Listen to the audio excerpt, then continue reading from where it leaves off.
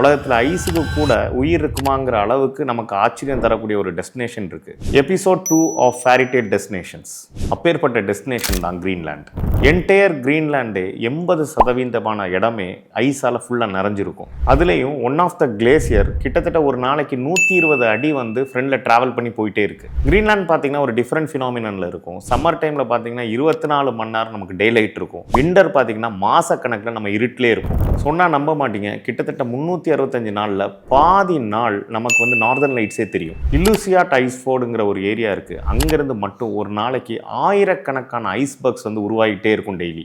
அங்கே ஹெலிகாப்டருக்கு மேலே நம்ம ஐஸ்பர்க்ஸை பார்க்குறதுக்கு ஒரு ட்ரிப்பே இருக்குது. நம்ம ஹெலிகாப்டர் மேலேருந்து பார்க்கும்போது கிட்டத்தட்ட சின்ன சின்னதாக ஐஸ்பர்க்ஸ் எல்லாம் உயிரோடு இருக்க மாதிரியே ஒரு ஃபீலிங் இருக்கும். சம்மர் டைமில் அங்கே கயாக்கிங் வந்து அவ்வளோ ஃபேமஸ். நம்ம கிட்டத்தட்ட ஐஸ்பர்கை சுற்றி அந்த ஃபுல் தண்ணியுமே ப்ளூ கலரில் இருக்கும். நம்ம ப்ளூ வாட்டர்ஸ்க்கு மேலே கயாக் பண்ண ஃபீலிங் இருக்கும். ஸோ இவ்வளோ அழகான கிரீன்லாண்டில் நம்ம கரெக்டாக ட்ராவல் பண்ணி போகக்கூடிய டைமும் ரொம்ப முக்கியம். நம்ம இந்தியன்ஸ்க்கு ஜூன் டு செப்டம்பர் வந்து ரொம்ப ஐடியலாக இருக்கும். அதுவும் நம்ம ட்ராவல் பண்ணணும்னு நினைக்கும் போது நம்ம நேராக கோப்பன்ஹேகன் போய் கோப்பன்ஹேகன்லேருந்து அங்கே ட்ராவல் பண்ணால் நமக்கு பர்ஃபெக்ட் கனெக்ஷன் இருக்கும். ஸோ யாருமே போகாத ஒரு டெஸ்டினேஷன் போகணும், யாருமே பார்க்காத ஒரு எக்ஸ்பீரியன்ஸ் ஃபீல் பண்ணணும்னு நினச்சிங்கன்னா Greenland will be a writer choice.